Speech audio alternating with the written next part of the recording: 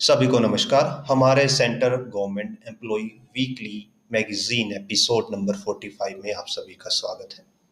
ये हमारा एक छोटा सा प्रयास है जहाँ पे हम central government, state government, bank, PSU etcetera से रिलेटेड एम्प्लॉयज से के लिए जो भी महत्वपूर्ण इम्पोर्टेंट ऑर्डर्स होते हैं वो आपके सामने सरल भाषा में लेके आते हैं। तो अगर आपको हमारा प्रयास पसंद आए तो वीडियो को लाइक कीजिए, शेयर कीजिए, चैनल को सब्सक्राइब कीजिए।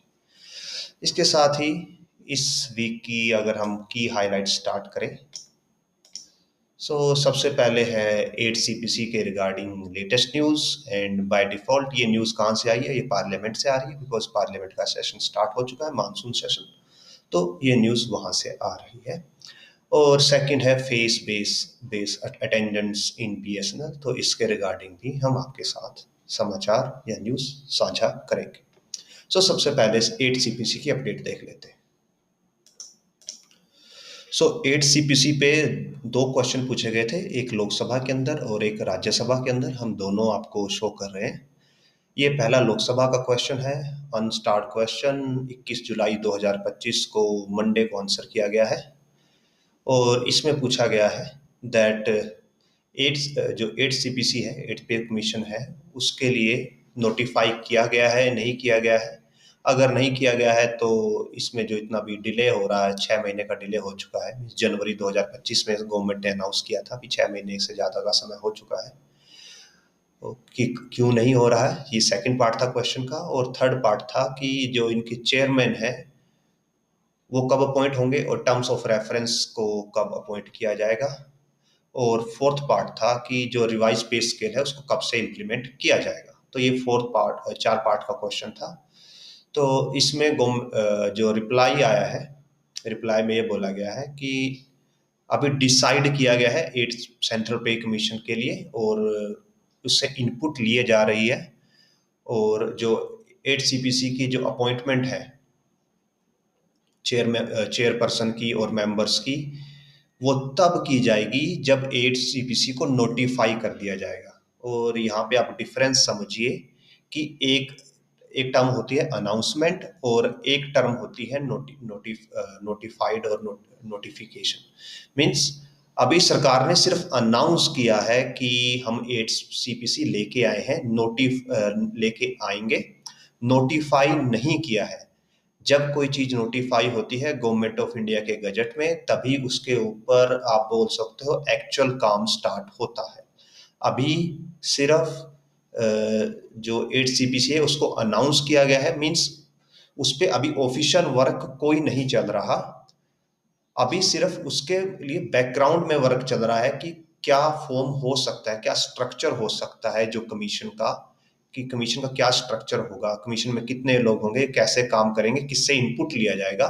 बट जो ऑफिसेज हैं, जो अलग अलग ऑफिसेज हैं, जैसे डिफेंस है, रेलवे है, उनसे जो इनपुट आएंगे और जिसके बेस पे पूरी की पूरी जो 8 सीपीसी की रिपोर्ट तैयार होगी, वो सब नोटिफिकेशन के बाद होगा। मीन्स नोटिफिकेशन के बाद भी इनपुट लेके उनको कंसाइल करके फिर उसके ऊपर एक कमेटी, जो कमेटी है वो एक फाइनल डिसीजन लेगी और वो फाइनल डिसीजन वो गवर्नमेंट को सबमिट करेगी, फिर गवर्नमेंट उस पर अपना डिसीजन लेगी। तो नोटिफिकेशन के बाद भी अराउंड 1 से 2 साल का प्रोसेस होता है और अभी तो नोटिफिकेशन भी नहीं हुआ है। इससे आप आइडिया लगा सकते हैं कि how much delay it is going to take to implement 8 CPC. और जो लास्ट पार्ट था कि जो पे स्केल है उसको कब से इम्प्लीमेंट किया जाएगा, तो इसमें भी इनडायरेक्ट आंसर दिया गया है दैट वो रिकमेंडेशन पे डिपेंड करेगा कि जो 8 सीपीसी की रिकमेंडेशन है वो उनका आंसर उनके अकॉर्डिंगली जो भी डिसाइड किया जाएगा उसके बेसिस पे होगा। ये था लोकसभा का क्वेश्चन। आगे बढ़ते हैं, राज्यसभा का क्वेश्चन भी है।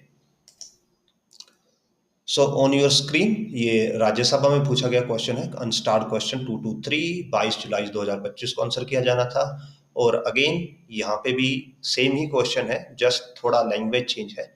और इसमें यह पूछा गया है कि क्या गवर्नमेंट को national council of joint commission जो एनसीजीसीएम है उसकी तरफ से कुछ सजेशंस प्राप्त हुए हैं 8 सीपीसी के रिगार्डिंग। क्या सरकार ने उनको कंसिडर किया है, गवर्नमेंट क्या प्लान कर रही है, और अगर नहीं कर रही है तो क्यों नहीं कर रही है, तो ये क्वेश्चन था। और इसमें आंसर में दिया गया है फर्स्ट पार्ट में दैट कि यस, एक कॉपी प्राप्त हुई है एनसीजेसीएम की तरफ से, जहां पे उन्होंने अपनी डिमांड्स रखी हैं।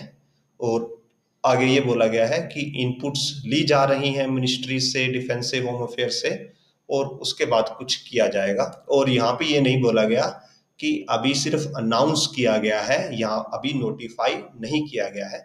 सो अगर अभी तक नोटिफाई ही नहीं हुआ है, सो वहाँ कहीं से इनपुट ली ही नहीं जा सकती ऑफिशियल वे में, बिकॉज जब नोटिफाई किया जाएगा तभी ऑफिशियल वे में इनपुट्स ली जा सकती हैं, एल्स कोई इनपुट्स नहीं ली जा सकती। और साथ में यहाँ पे कॉपी भी अटैच की गई है कि, और ये हमने डिस्कस भी किया था कि जो एनसीजेसीएम ने अपनी डिमांड्स की एक कॉपी मिनिस्टर ऑफ फाइनेंस को भेजी थी, उसके रिगार्डिंग ये था। ये सारे हम अपनी प्रीवियस वीडियोस में डिस्कस कर चुके हैं, जैसे लेवल्स को मर्ज करने की बात की गई थी, और जो जिस जिस फॉर्मूला के बेसिस पे सैलरी डिसाइड की जाती है, उसके अंदर अभी जो सर्विंग एम्प्लॉय है उसके माता पिता को काउंट करके सैलरी नहीं डिसाइड की जाती अभी। एट प्रेजेंट सिर्फ बच्चों, वाइफ और हस्बैंड, मींस ये इन चार के हिसाब से ही सैलरी डिसाइड की जाती है। 2.5 यूनिट्स के केसेस पे के बेसिस पे सैलरी डिसाइड की जाती है। और अभी उत्तराखंड हाई कोर्ट का एक जजमेंट था जहाँ पे उन्होंने एक स्टेट गवर्नमेंट एम्प्लॉय के लिए को ये बाध्य किया था कि आपको अपने पेरेंट्स के की देखभाल करनी पड़ेगी, और अगर आप नहीं करेंगे तो आपकी एक सैलरी का प्रपोर्शन कट करके मंथली बेसिस पे उनको दिया जाएगा। But as per central government उनके लिए उनके बेसिस पे आपको सैलरी देती ही नहीं। सेंट्रल गवर्नमेंट सिर्फ आपको 4 के परिवार के बेसिस पे सैलरी देती है। तो यहाँ पे यही बोला गया था कि आप उस सैलरी के का कैलकुलेशन इस हिसाब से कीजिए, सो दैट वो अपने पेरेंट्स को भी इंक्लूड करके जो कॉस्ट ऑफ लिविंग है उसका उसके हिसाब से कैलकुलेशन हो सैलरी की। और उसके बाद कुछ एनोमलीज के बारे में डिस्कस किया गया था, और ये डियरलेंस अलाउंस और पेंशन के रिगार्डिंग की जो डीए है उसको कब मर्ज करना है, उसके रिगार्डिंग एक डेफिनेट गाइडलाइंस होनी चाहिए। जैसे अभी जब डीए 50% क्रॉस हुआ था तो एम्प्लॉयज को लग रहा था कि उसको बेसिक में मर्ज कर दिया जाएगा। तो ये ऐसे ऐसे एनोमलीज के रिगार्डिंग एनसीजेसीएम ने गवर्नमेंट को अपनी रिकमेंडेशन सबमिट की थी। तो यहाँ पे यही बोला गया कि हमें रिकमेंडेशन प्राप्त हो गई है, बट अभी हमने सिर्फ अनाउंस किया है, नोटिफाई नहीं किया है। तो जब नोटिफाई होगा उसके बाद प्रोसेस शुरू होगा। तो आप यहाँ से समझ सकते हैं कि it will take a long time, at least around 2 years it will take. So आगे बढ़ते हुए जो हमारा आज का लास्ट न्यूज़ है उसको डिस्कस करते हैं। सो जो लास्ट न्यूज़ है ये यूनियन की तरफ से आई है, national federation of telecom employees, BSNL के अंदर जो यूनियन है उसकी तरफ से आई है। और ये न्यूज़ अदर ऑफिस में भी इन शॉर्ट इन फ्यूचर ये ही एप्लीकेबल होगा। Upgradation of mobile app for marking attendance in online. So mostly office में क्या होता है कि अभी तक बायोमेट्रिक अटेंडेंस है, और अभी बीएसएनएल वालों ने ये कंपलसरी कर दिया है कि आपको फेस बेस अटेंडेंस लगानी होगी। और एज पर यूनियन लेटर ऐसा लग रहा है कि ये जो फेस बेस अटेंडेंस होगी ये आपको खुद के मोबाइल से लगानी होगी। ऑफिस इसके लिए अपना हार्डवेयर कुछ प्रोवाइड नहीं करेगा। तो यूनियन ने ये डिमांड की है कि आपने जो face base attendance marking system start किया है उसके लिए एक अच्छे एंड्रॉयड मोबाइल की ज़रूरत होगी। और जो एम्प्लॉयज़ है जिनकी सैलरी कम है, जो कि सी और डी उसमें क्लासेस में आते हैं, और जो कि अनस्किल्ड वर्कफोर्स है उनके लिए ये पॉसिबल नहीं है। तो यूनियन ने डिमांड की है कि आप एक अमाउंट सैंक्शन कीजिए जिससे कि जो एम्प्लॉयज़ हैं वो रेलिवेंट क्वालिटी का एक एंड्रॉयड मोबाइल परचेज कर सकें, सो दैट वो अपनी ये फेस बेस अटेंडेंस को मार्क कर सकें। एंड इन फ्यूचर जो अदर ऑफिसेज हैं उनके अंदर भी ऐसे ही attendance face base in future आने की संभावना है, बिकॉज आधार बेस जो फेशियल रिकॉग्निशन अटेंडेंसेस हैं, आई बेस हैं, वो भी अभी स्टार्ट हो चुकी। सो